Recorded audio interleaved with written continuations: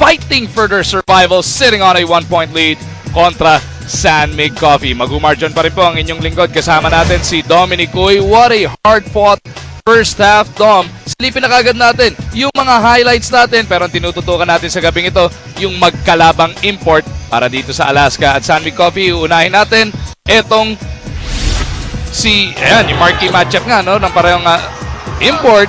Makinis ang nauna, pero hindi rin nagpapahuli naman.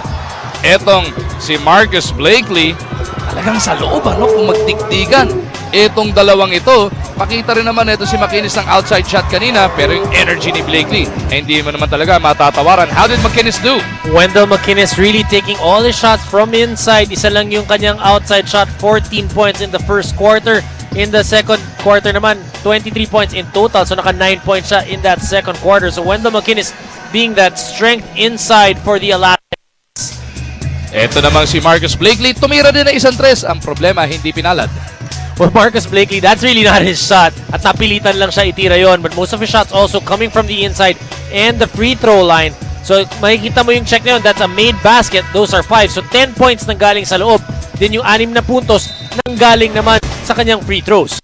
Taking a look at the locals naman para sa magkalaban. Aba, ito San Mig Coffee nakakaangat by 6 points. Well, they came alive in the second quarter. Guys like PJ Simon, Rafi Rivas, and even James Yap coming to town in that second quarter. Doon na nakabalik itong San Mig Coffee Mixers. Kaya naman din umakyat yung kanyang field goal percentage in that second quarter. San Mig Coffee shooting 70% from the field. Pagka yung shot chart ni Blakely at ni McInnis ang sinisilip mo, talagang shaded lane ang dating. Oo, parati. Doon at doon gagawa ng paraan. Ayun na naman. Pero this time, inabot siya agad ng foul. And for Sonny Thoss, that is number 4, just 8 seconds into the second half. And that is one thing na will take you out of that railroad that you're on. Na-diskaril itong si Sonny Thoss with that 4th personal foul. At para malaman natin ano mga napag-usapan at the half, balik tayo kay Miss Erica. According to Coach Richard, masyado daw malaki ang give up nilang points. They've been out-energized sa loob, kaya naman they have to do better on rebounding. Huwag din daw hayaan na mag-offensive rebound ang Alaska. Just continue doing their strong defense without getting into foul trouble. Para naman sa ating milkmen, sabi ni Coach Topex, just maintain the intensity and watch out for PJ Simon. Balik sa inyo. Nung first half nga, 11 offensive rebounds. Etong Alaska, yun yung binabanggit ni Coach Richard Del Rosario. Let's see if they can correct it here. Malyari scoops it up and gets the bounce. 4 quick points by San Mig opens up this third quarter of action. Lamang kagad silang tatlo. Napatawag ng timeout si Coach Luigi Trillo. Well, he didn't like what he saw. It's a quick break for the San Mig Coffee Mixers. Magbabalik po ang PBA.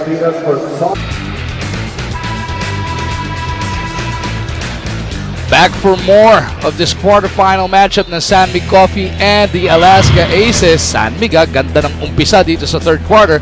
As we take a look at tomorrow's schedule, quarterfinals pa rin yan. Rain or shine, twice to beat kontra dito sa Global Port. Tapos yung 1-8 matchup, Petron Blaze taking on Barangay Ginebra. Samoa po yan, and everything starts at 5 p.m.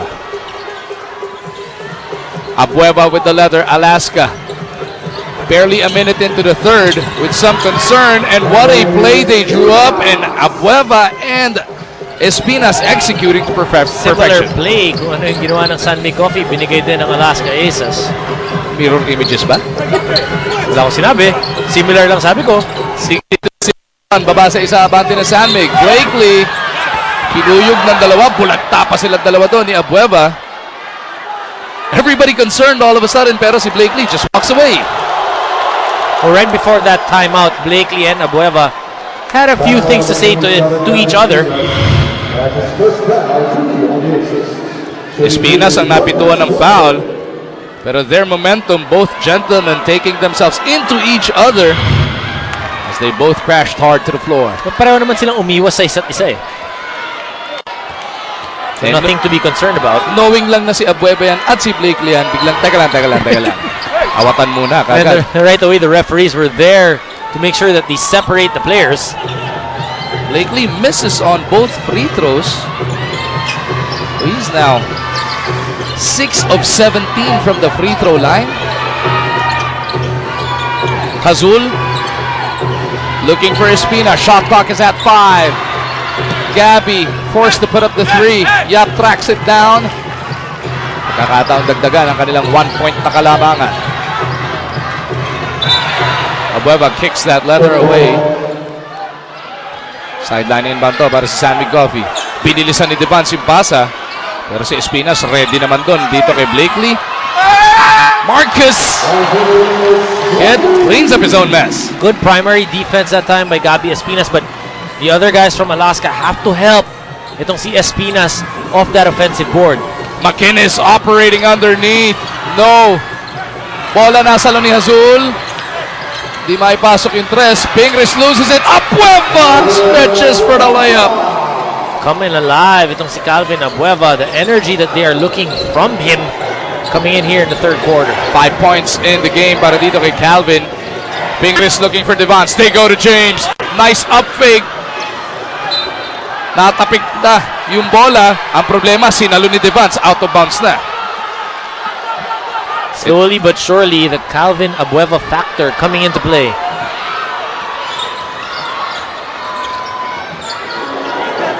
Baguio thought he was going to catch the defense of San McNapping.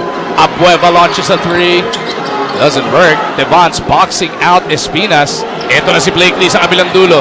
No looks into Ping! Oh, what a play by San McCoffey! What a play by Marcus Blakely. He knew that everybody's focus was on him. Then he saw Pingris cutting to the basket.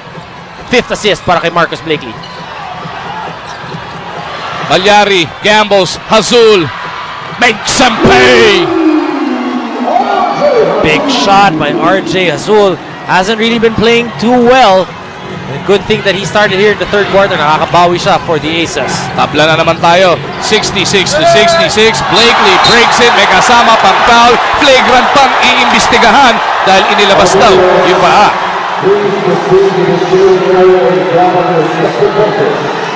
The referees will review that.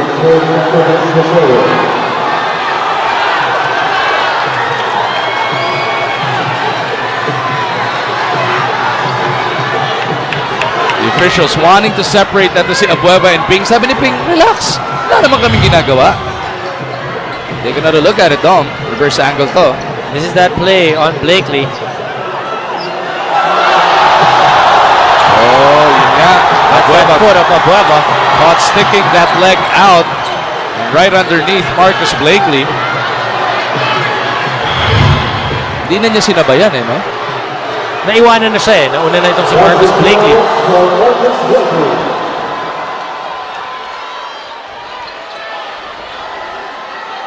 Flagrant foul, penalty 1 on Calvin Abueva. Calvin Abueva has to sit the bench for 3 minutes. And po, flagrant foul 1 is slapped on Calvin Abueva. Ika-4 na personal foul niyan at kailangan pa niya umupo ngayon for a minimum of 3 minutes. Good call by the referees. Right on top of that play. You know, they already made the right call, but they just reviewed it to make sure. So it is going to be a bonus free throw para dito kay Blakely. Walang pipila sa rebound dahil mananatili ang possession. Diyan si San Miguel Coffee. Should have been 2 shots pero dahil pumasok naman yung tira, bonus na lang yan. Blakely though still couldn't hit. And ball will remain on that side of the floor. Blakely now 6 out of 17, 6 out of 18 from the line.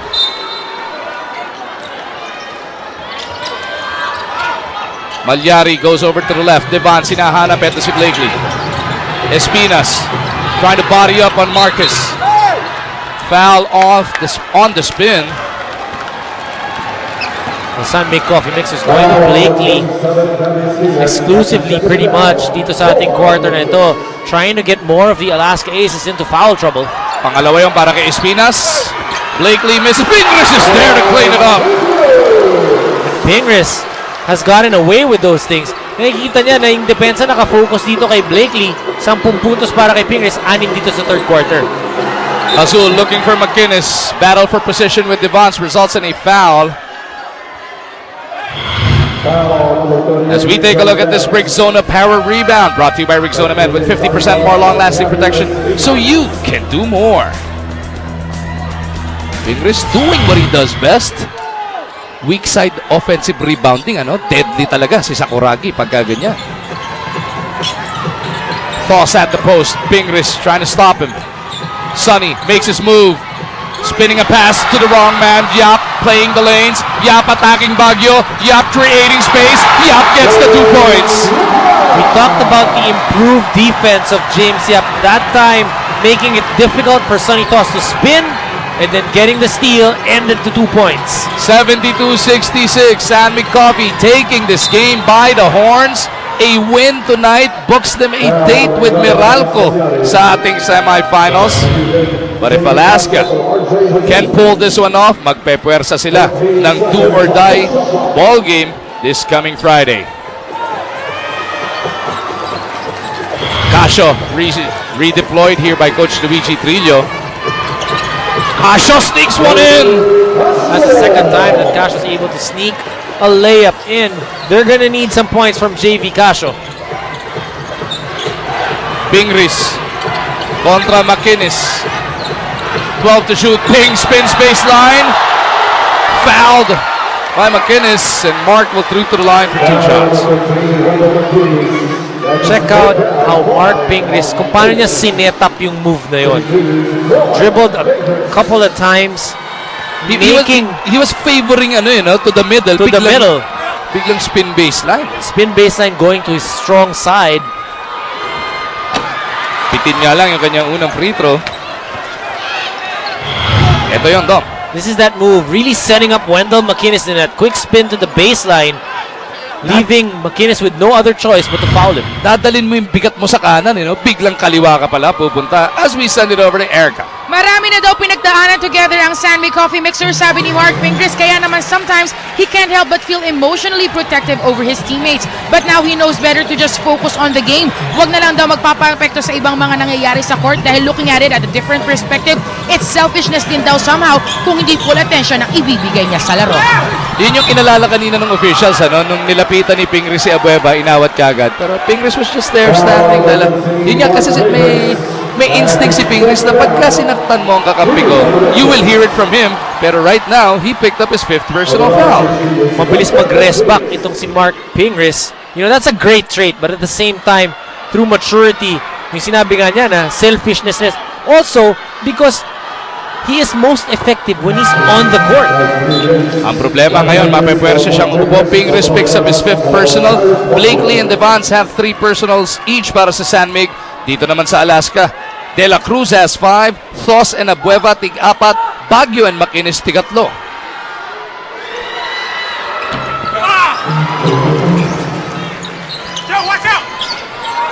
McInnes brings Alaska to within 3 after 2 makes. Casio extending his defense kontra dito kay Malyari. Rivas kontra McInnes, hinahanap si James. They get it over to Malyari, 10 to shoot for San Mig Coffee. Malyari attacks McInnes. Jumps a pass to James. Quick release doesn't work. McInnes and Devance battle for it. Wendell prevails. What an effort by Wendell McInnes, both defensively and offensively. Casio pulls the trigger. Couldn't tie the game. Malyari with a running start. James. Kala ko kakatch and shoot. Hinana pa si Rivas. McInnes is there to break it up. But James Yap keeps that ball on this side of the floor. James fighting for every possession. Blakely for 3. Oh, good. Devance rebound. Devance on the follow. Rivas! Yung laki ng San Mig. Talaga namang ini-impose nila dito. Just so evident there that the big guys of the San Mig Coffee Mixers able to get a lion's share of the rebounds. Oh, what a pass to Mr. Wendell!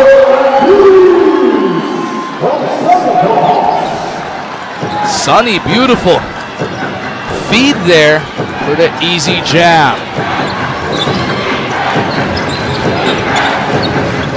Yap, tatanggap. Ontiveros right on him. Now they go to Blakely. He wants to work against Thos. Sonny's got 4 fouls. Blakely spins baseline. Sonny had to give it up. Because he's got a number of fouls already, Sonny Thos, but bigay mo din dito kay Marcus Blakely yung anticipation niya dun sa gagawin nitong si Sonny Thos. He was still able to use his quickness and get the 2 points. 22 puntos na para dito kay Blakely. Malyari with that rebound. San Mig can extend this 5-point lead. Malyari bowls over Casio. That's an offensive foul.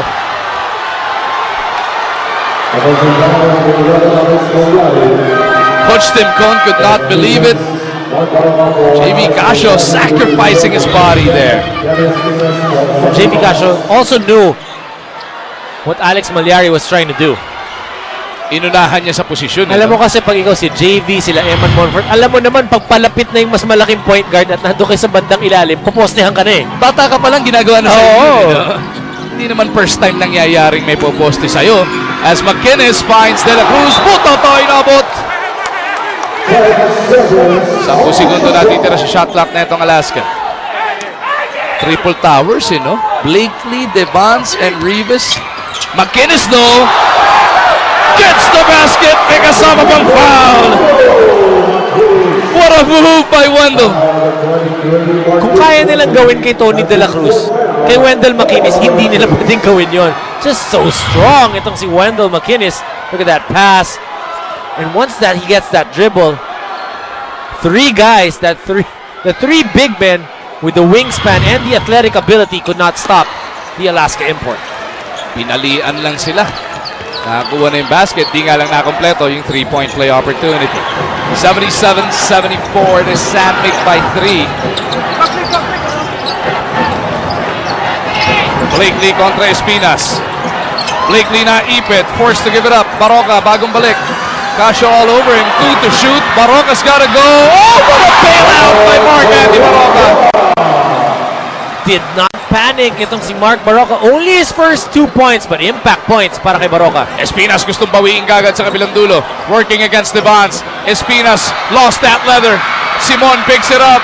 PJ off a 3-and-1. He puts it up. And Blakely throws it down. San Mig Coffee turning it on here in the third quarter. 7-point lead para sa San Mig Coffee. Ito na ang pinakamalaking kalamangang natikman nila. Alaska led by as much as 9 in quarter number 1. JV couldn't hit. Blakely gets the board. Blakely looking to go coast to coast. Fancy pass to Rivas. And San Mig Coffee is reeling here in the third quarter. The big difference with Marcus Blakely, his assists. He understands that when he goes to the basket, pwede siyang ma-foul, so he's opting to pass it. But that time, PJ Simon with a perfect alley-oop pass to Marcus Blakely. Hinahanap natin sa puntong ito ang ating mga ulala mahal na masa fans of the day. Mula sa masarap, malaman, mura at convenient kasi easy to open ulalam, ready to eat ulam. Para sa masa, mahal na masa. Ulalam, 15 pesos lang. Nangain pa nung kapitbahay. Ito naman. Sarap na nung food trip niya no? Naki-food trip pa dito sa kapitbahay. Gusto naman daw niya yung ibang flavor. Kaya pala. Patikim nga. Yun naman ang maganda doon. Pagka bumili kayo ulalam, 15 pesos lang, damihan nyo at makitikim kayo sa ulam ng isa't isa. 24, 8, and 6 across the name of Marcus Blakely. What a ball game so far. Aba, mahigit 15 minuto pa natitira dito. Marcus Blakely definitely making that big adjustment of finding his open teammates. And if his teammates misses that shot, sa kanya mapupunta yung offensive rebound. San Mig Coffee, natabla na nila yung largest lead of the game na naitayo ng Alaska at the end of the first frame. McInnes at the post. Rivas on top of him. McInnes faking a spin. 4 to shoot para sa Alaska. They get it to Abueva. He overshoots. Blakely with his 9th rebound of the contest.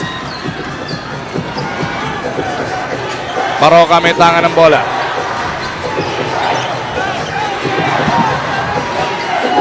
Blakely attacks. Sinalubong ng dalawa. He kicks it out. Maliksi for 3.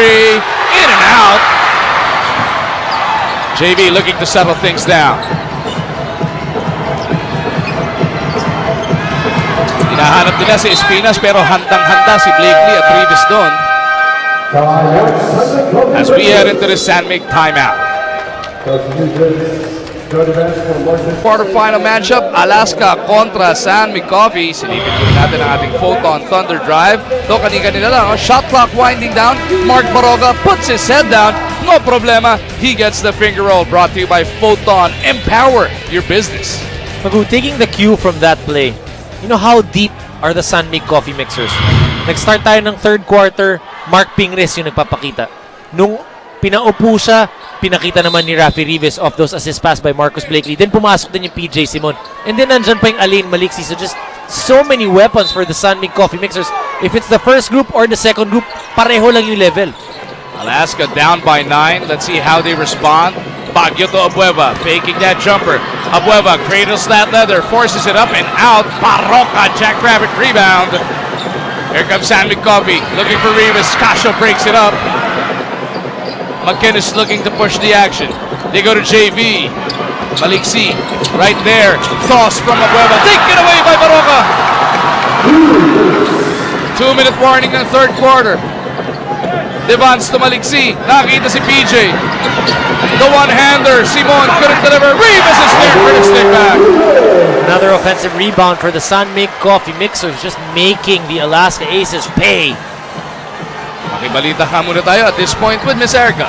According to Coach Luigi, San Mig Coffee Mixers is continuously getting transition points and Alaska is not on survival mode as they go down on the other end. That's why ni-remind ni Coach Luigi that they have to be quicker para matapatan ang ligse ng San Mig.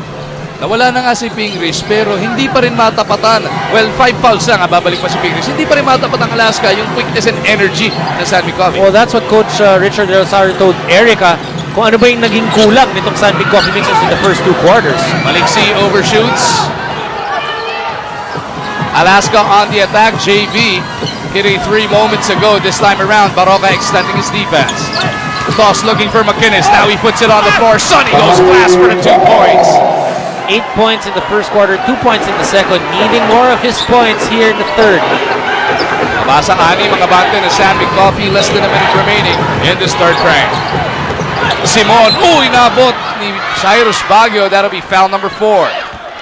Well, luckily for Cyrus Baguio, first 3 fouls out in that first quarter, able to stay away from foul trouble, but now getting his 4th foul. The one thing for the Aces, they haven't really been knocking down their outside shots.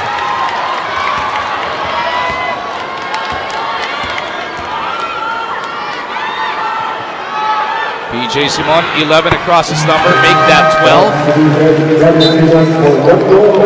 As Espinas checks back in para dito kay McInnes. Luigi preserving his import for what they deem as a huge fourth quarter fight back for their cause. 2 for 2 para kay PJ, much to the delight of the Simonatics in attendance.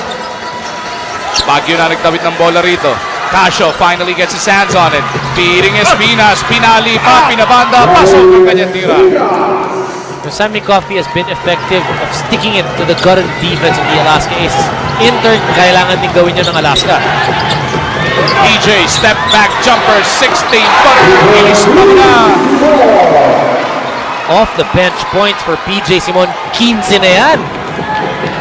89-81. Alaska looking to hold for the last possible attempt pero may 1 foul to give back ang San Mig Coffee. JV makes his move. Parroca gives up the foul. 7.6 remaining. The difference is San Mig Coffee, they're able to execute their game plan all throughout. Ito namang Alaska, medyo na-discourage sila dun sa mga fouls ng first quarter and that will take its toll here in the third and the fourth. Toss with 3 to shoot. Baguio loses it. PJ hustles for it. They gotta go. PJ inabot na. But still, San Mig Coffee took that third quarter by the horns, building this 8-point lead as we head into the final frame.